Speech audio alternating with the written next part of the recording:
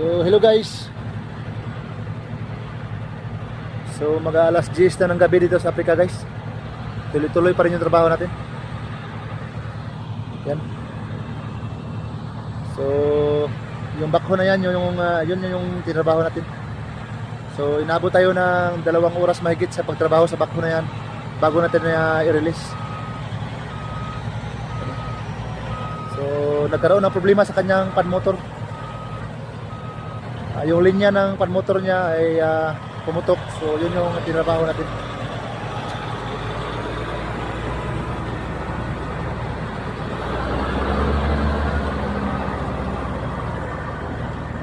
So inabot tayo ng 2 oras mahigit kasi tinanggal pa natin yung hose na pumutok. Tapos pumunta tayo sa workshop para magpabrikit ng bago.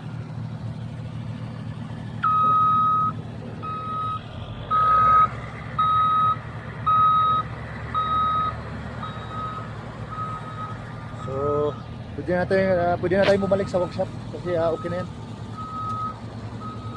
So yun lang mga buddy.